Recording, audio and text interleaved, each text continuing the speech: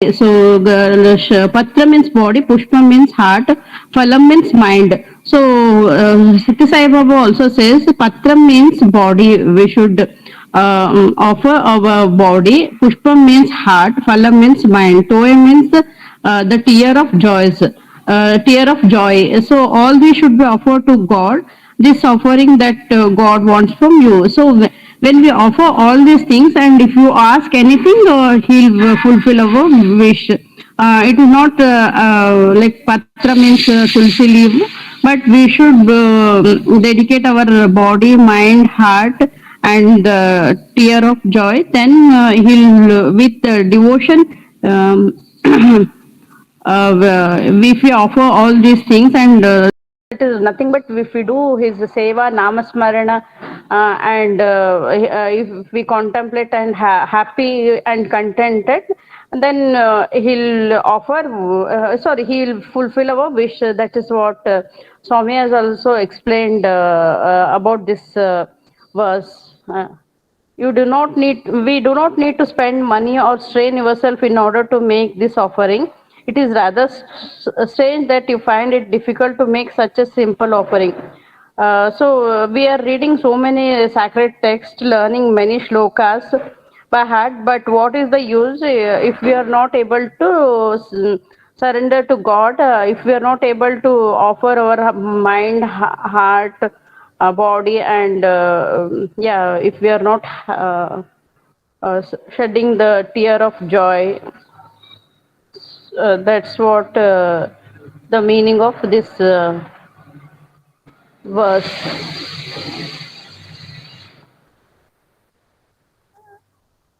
Any questions?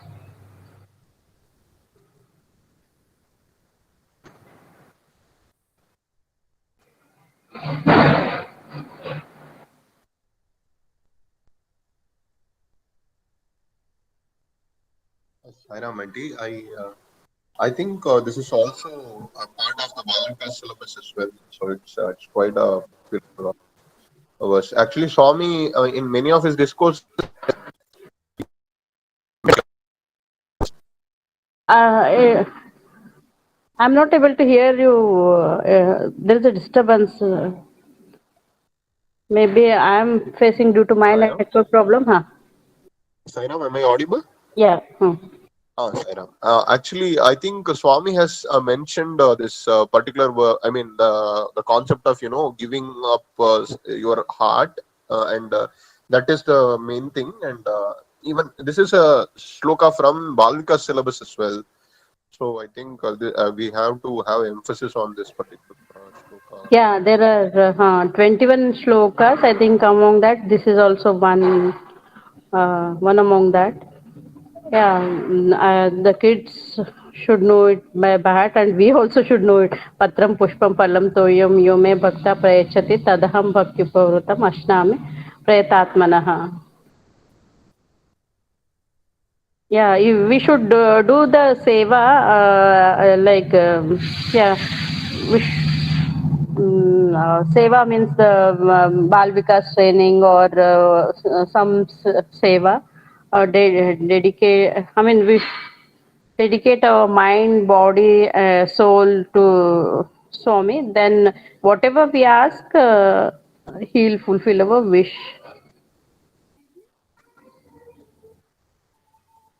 Without yeah, doing seva, without dedicating our heart to God, if we ask anything, it won't be fulfilled. That's what I understood. True, true. Yeah.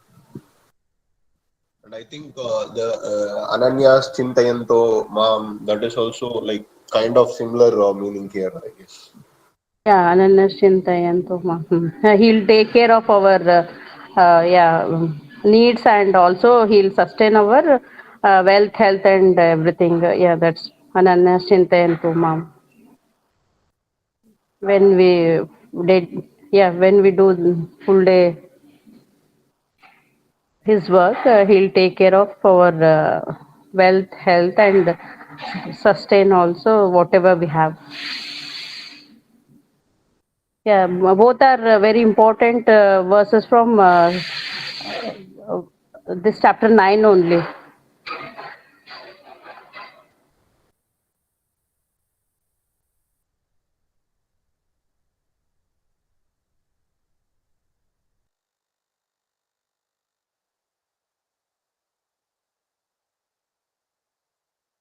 Are you going to explain about Vahini? Yes, yes, sure, Auntie. I if nobody has questions, maybe I'll get started. Yeah, sure. Sure. I'll wait for one more minute and we'll see, and otherwise we can get started.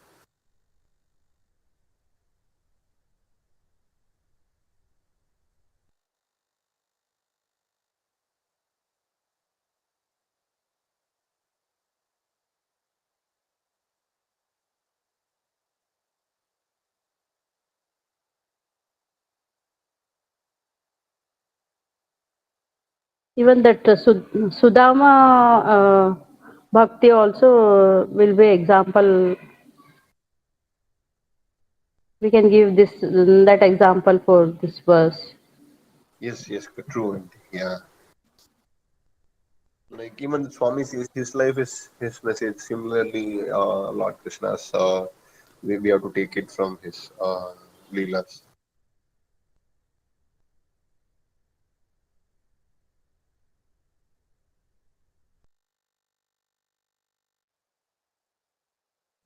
Okay, I think I'll get started if there are no questions, Sairam.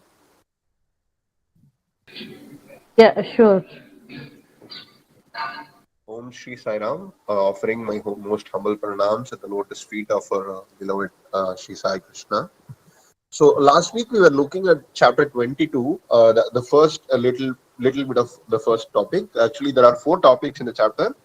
The first one is how to, establishing the mind and intelligence in Krishna. Second is hatred and love. So Swami talks about how to be free of hatred and how to be full of love, and then expressing love as a service as well. Then the third topic talks about creation, and what is kshetra and kshetrajna, the field and the knower of the field. And the fourth topic is about the three gunas, that is sattva, rajas, and tamas. So that is these are the four topics that we will cover in this chapter. But today we'll be doing the first three topics mainly. We'll complete the first topic, and second and third topics also we'll complete today. But the fourth topic, it's a little bit big, so we'll cover it during the next week.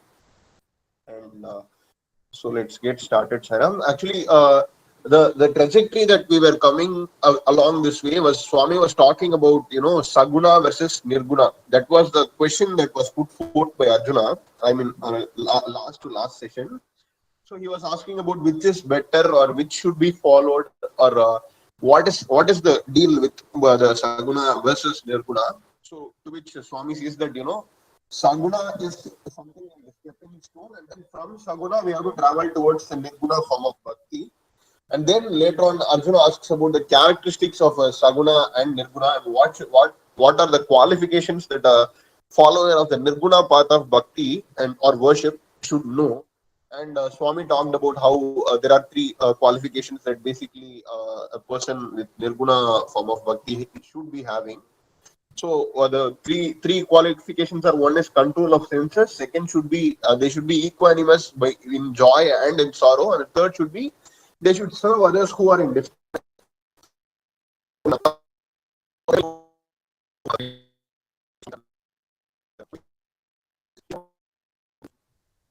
The aspirant for grace must have before the mind the act and not its consequence.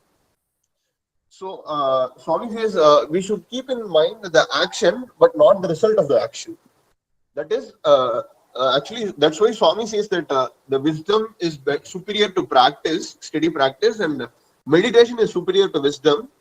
And the act of giving up attachment to the consequences of your acts is superior to even meditation. So Swami says in the sloka that I have mentioned below, Shreyo hi jnanam abhyasat jnanat dhyanam vishishyate Dhyanat karma phala tyagaha tyagat chantir anantaram. That is, Swami says that Shreyaha hi jnanam abhyasat. So abhyasat means more than practice, jnanam is better. That is, more than practice, wisdom is better. Jnanad dhyanam vishishyate. So even better than wisdom is like meditation, dhyanam. So then dhyana karma phalatyaga. So even better than meditation is giving up the consequences of the action, and tyaga shanti anantaram. So what Swami says is, out of that, tyaga, we get shanti or peace. So such non-attachment, said Krishna, will confer shanti. So devotion and hatred here are like fire and water; they cannot dwell together. So Swami says that uh, devotion and hatred. Like if you say that we are devoted to the Lord and we have hatred for some particular aspect, actually it is very relevant in current times. I mean, we actually find ourselves hating like people of a particular people doing some particular thing, and for their choice of something, and hatred is the antithesis of devotion, is what Swami says. And he says that they are like he compares them to fire and water, so they cannot dwell together. They are like the opposites of each other. I love those who feel no difference between grief and joy, affection and dislike, good and bad. If hate in whatever form, in howsoever slight a quantity resides in the heart, that person cannot be a devotee. The devotee must be convinced that all this is God. Vasudeva Sarvam Idam. So here, what Swami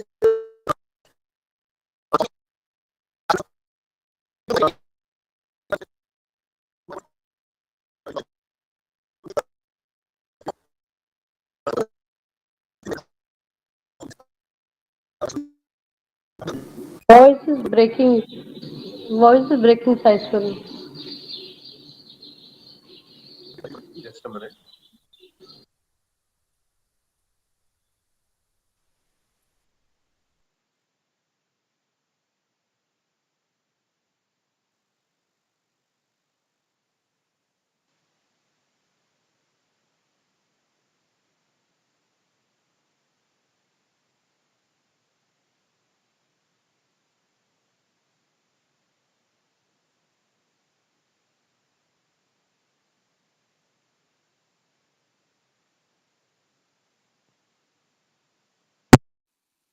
Am I audible now?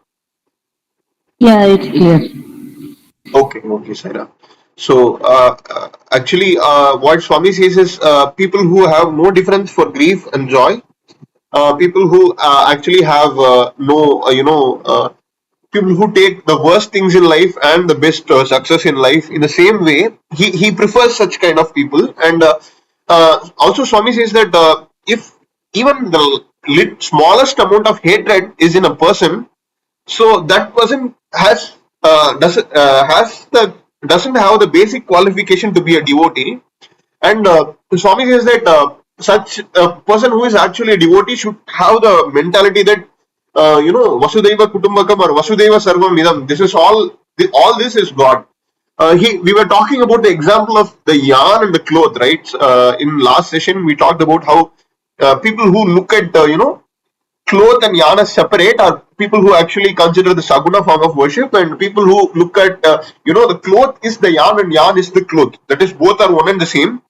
Such people are actually following the nirguna form of worship. So a true devotee will be like that. He will see everything as God, and that is to say one's own atma is everywhere in everything. This truth must be realized, acted upon and experienced. Hating another is hating oneself. Scorning another is scorning oneself, and finding fault with another is finding fault with oneself. Krishna continued. So when we feel that okay, our own atma is present in everything, whatever we do for others will be also that is we are doing unto ourselves, right? The our own atma is there, so we are doing to that same atma. So when we do that, when we have that kind of an attitude, then we won't do something bad to others. Is what Swami says. Then he continues. Okay, readers might be troubled by a doubt at this point. Can the mere absence of hatred or contempt of another endow one with the full consciousness of the truth of all this is God? No. So here Swami asks, says that if we think that okay, if we just eliminate hatred, it is enough. If we just eliminate hatred, then we can get the supreme jnana. So no, that will not happen. What Swami says is the mere absence of hatred or it cannot actually get secure the dweller within and the bliss of recognizing him. That will not win the grace of God. The task of the farmer who cultivates the crop is a good example of this. If you pay attention to this, the truth will be known and doubts will vanish. So here Swami says that uh, just by eliminating hatred, we cannot secure the grace of God. And like he gives an example of the farmer. So before sowing the seed on a plot of land, the farmer removes all the wild growth, the bush, the scrub, and all other growths. But that is not enough to bring the harvest home, right? The plot has to be plowed and partitioned, watered, and made ready for sowing, and then the sprouts have to be fostered and guarded into maturity until the crop ripens and can be collected and garnered in the granary. So here Swami says that if a farmer goes and takes away all the weeds or the unwanted plants that are on the field, like before sowing seeds, that is the process, right? We have to take away all the unwanted plants that are growing, all the shrubs and small bushes. If we remove all that, is that sufficient for will we automatically get the grains of rice? So that will not happen. So what Swami says is then we have to undergo the process of plowing the field. We have to partition the field, and then we have to separate the borders, and then we have to sow the appropriate seeds in the particular locations, and then we have to water, and then after that we have to get the sprouts, and then we have to take care of the sprouts until they are they grow up to ripe condition, and then we have to take care of pesticides and manure and all those things, and after that we'll be able to get the crop, which we still have to like harvest the crop and then take it to the granary. Only then we will have the rice. That's what Swami says. Similarly, the thorny bushes of affection, hate, envy, pride, etc. have to be uprooted from the region of the heart. But that alone is not sufficient. The field has to be plowed by the means of good deeds. Then the saplings of bliss or ananda have to be planted therein. The growing crop has to be fostered attentively by discipline and faith. At last, as a result of all this effort, the harvest of bliss will fill one's granary. So here Swami says he compares the 6 enemies like hatred, envy, greed, and pride, and the moha, mada, matsarya, and all those things. They are the bushes and the thorny bushes or the shrubs that we have to remove. So they have to be removed from the region of the heart, where the heart is compared to the field, and the field has to be plowed by the means of good deeds. So the plowing of the field, or the breaking the soil in the field, is compared to doing good deeds, and the saplings of ananda. So the saplings that we actually plant in the field, or the seeds that we sow, is compared to ananda or the bliss. And once we plant the bliss in our heart, the growing crop has to be fostered attentively by discipline and faith. Like putting the fence is like discipline and faith. And as a result of all this effort, the harvest of bliss will fill one's granary. So the mere removal of hate from the heart will not ensure bliss. Love too should be cultivated. That is to say, uproot hate and plant love. Hill and ant hill, tree and twig, mud and mountain. What do these hate? They have no dislikes. But for that reason, can we ascribe devotion to them all? So here Swami gives a very pertinent example. Just by removing hatred and all the negative qualities from the heart, that is not sufficient. So love should also be cultivated. Like Swami gives the example of if we have a hill, if we have a small ant hill or a pit, if we have a tree, a rock, and the rivers and all those things, but can we call them to be devoted or something? No, that's not the case, right? They have no hatred, but they also have no love, or they don't have the basic quality for devotion. So that is absurd if we call them a devotee. So a devotee should be free from hate, but also should be full of love. The love must express itself as service to the distressed and the grieving, said Gopala. So here, the love should not stay as such. We should also be able to show kindness and compassion to the people who are actually suffering. So that should be the way that love should transmit. Arjuna was listening to all this with great attention. Then he asked, Krishna, are these three enough? Or are there any more to be followed and practiced? Please tell me. So he asked Krishna, okay, you told these three things, okay, I accept that, but is there anything more that I should follow? So Krishna replied, the mere planting of the saplings is not enough. Again, the mere planting is not sufficient. The field has to be watered and manured. The removal of hate and the planting of love have achieved only the first stage. As soon as the sprouts have appeared, the two processes of not mine and egolessness have to be followed. That is, eliminating greed and ego have to be followed. They are like watering and manuring. They are essential for the successful crop of bliss. So here Swami gives another example in the process that he talks about the farming process.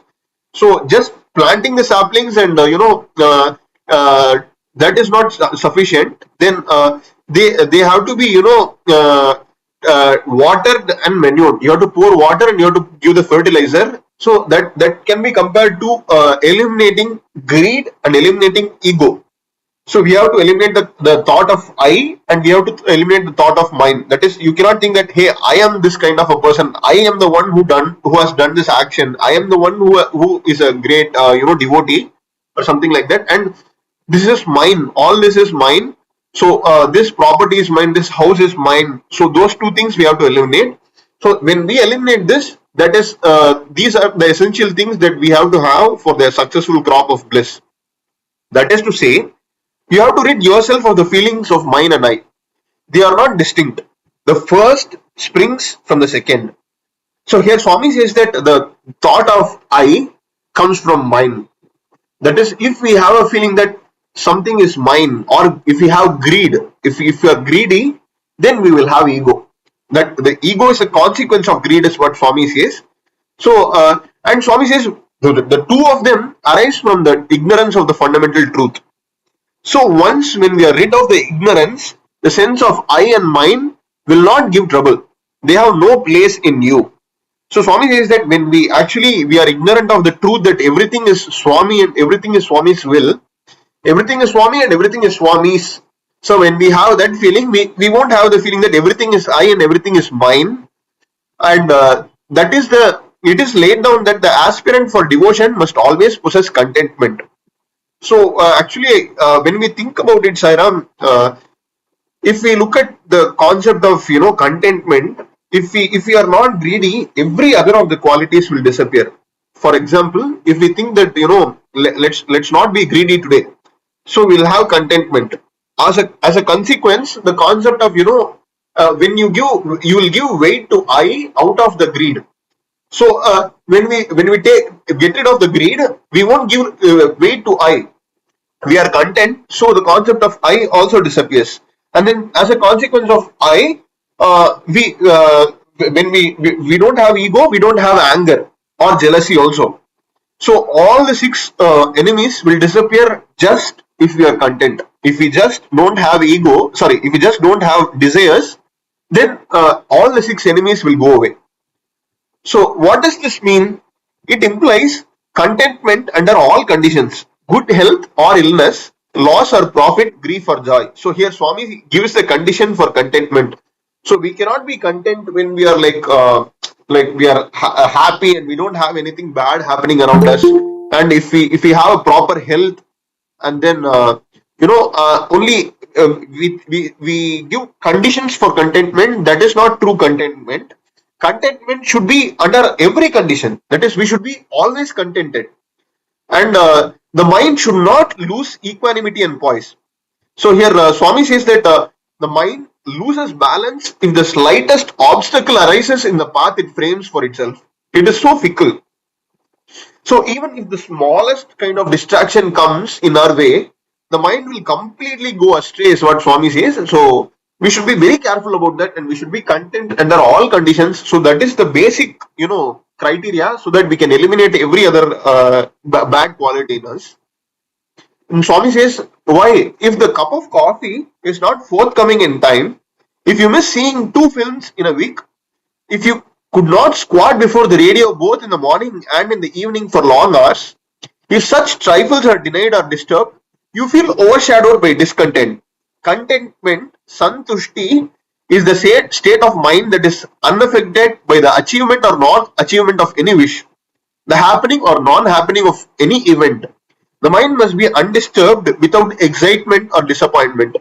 I think in today's point of view, we could say looking at the mobile phone or something like that.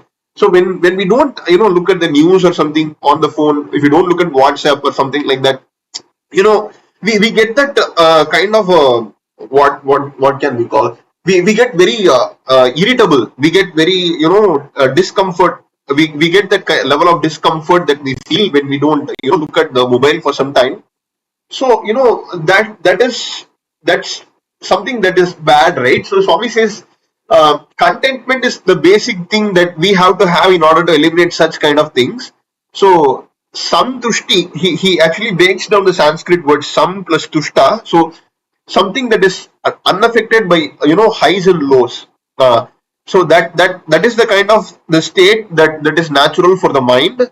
Then Swami says, Arjuna asks, oh Lord, you often mention creation or nature, Prakriti, and creator, Purusha. I am eager to know what exactly creation is and what its characteristics are, what exactly its nature is. So Arjuna asks the next question. He asks, what is creation or nature, that is Prakriti, and what are its characteristics? Krishna replied in a simple, easily understandable manner. Arjuna, creation Prakriti has another name too, field, Kshetra. Creation means this created world, Prapancha, the composite of the 5 elements. There are 2 entities in this created world or nature. One is inert matter, Jada, and the other active, the consciousness, the Chaitanya. That is to say, one is the seen and the other is the seer. The knower is I and the known is this.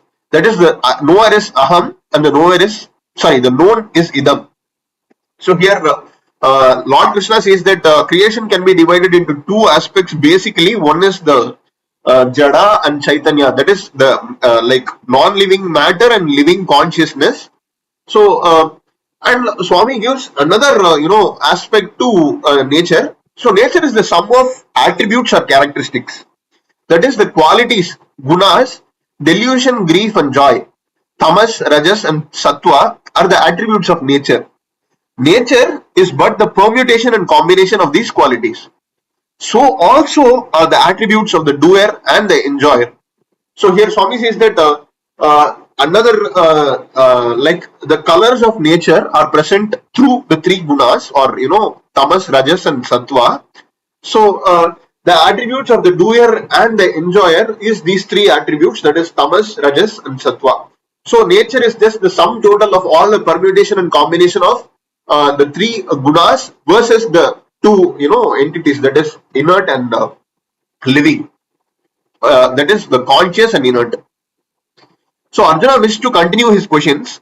So Krishna said, my dear brother-in-law, you are eager to question again.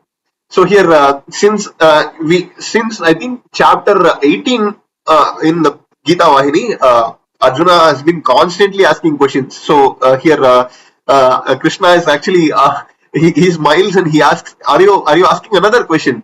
So Arjuna says, Krishna, you have explained the nature principle. Now I wish to know what is meant by the creator or Purusha. So here now since nature has been explained, now Arjuna wants to know about the creator of the nature. What are its characteristics and what its nature? What is its nature? So Krishna replies, Arjuna, whether you call it the creator Purusha or the knower of the truth of life, Kshetrajna, or that which is known, Nyeya, it is the same. So Swami says you can call it Purusha or the creator, or Kshetrajna or the knower of the truth of life, that is or the the truth of life is known as the Nyeya. Something that is known is Nyeya. So someone who knows this is known as Kshetrajna.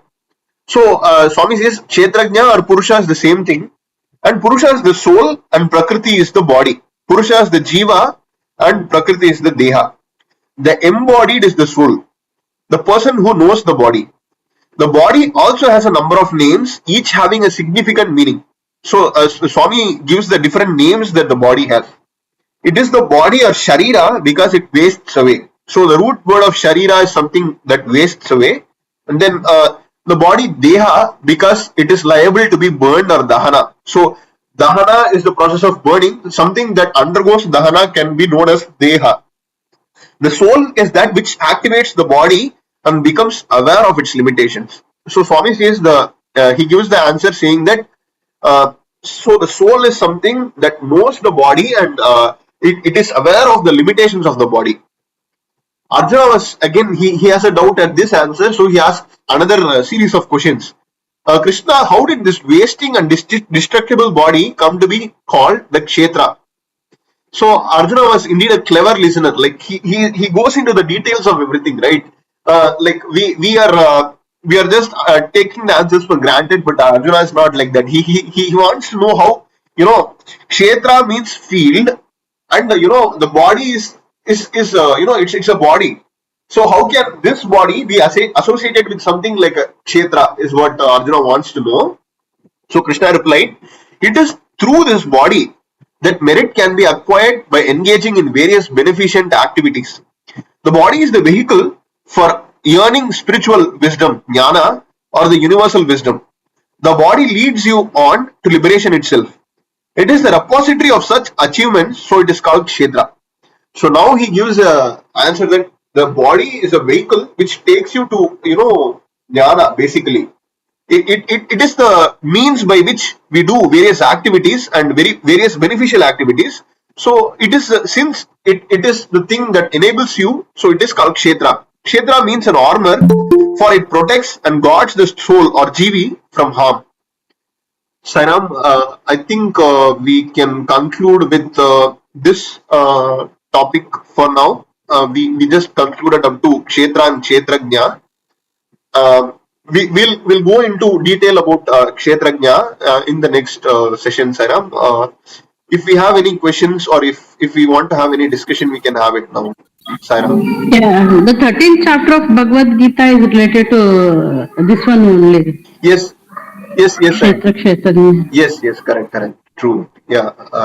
I'll bring the particular verses during next week's session. Sir. Okay.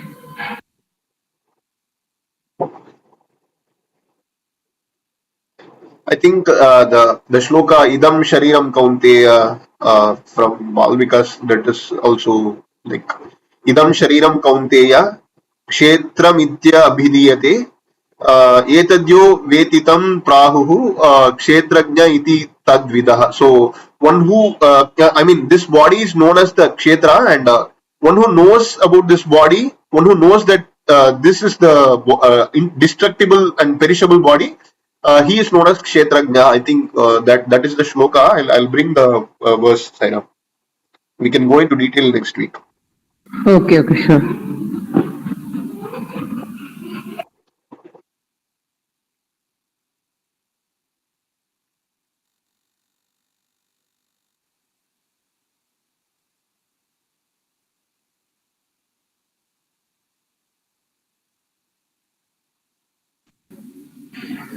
Just I was going to that Satyasai speaks only. Yeah, the difference between the animal and us. Even the physically, if we look at animal have 4 legs and we have 2 legs. But if we do the seva and contemplation, then we will be called as human. Otherwise, if we won't dedicate our life to God, we also behave like an animal. Just we enjoy the life. Yeah, we go in accordance with the sensual pleasures. Then we'll not be called as human being. That was also given in this. Okay. The difference between human and the animal is that one only. We should do service and dedicate our soul, mind, and heart to God, and we should not go behind the yeah worldly life and sensual pleasures. True, true. Yeah. I think if no questions, we can conclude. Successfully. Sure, sure. So, please let us know if there are any questions. I'll wait for 1 more minute. Otherwise, we can conclude for today.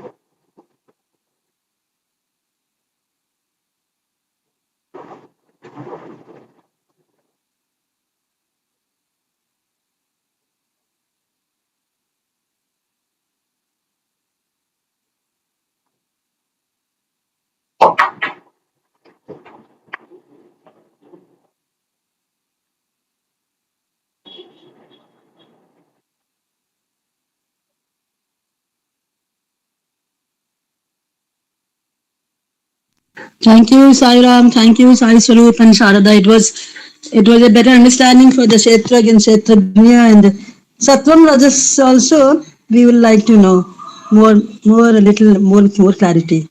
Sure, Sai Ram. sure, sure, Andy. I think that is the next topic. So, yeah, we'll Yeah, yeah. These cover are it. the Balvikas, yeah, we have for the group 2 now. This one, yes. Thank you for making us understand.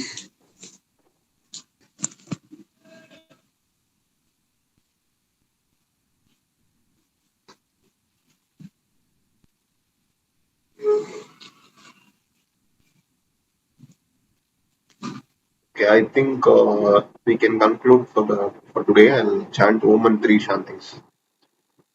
Om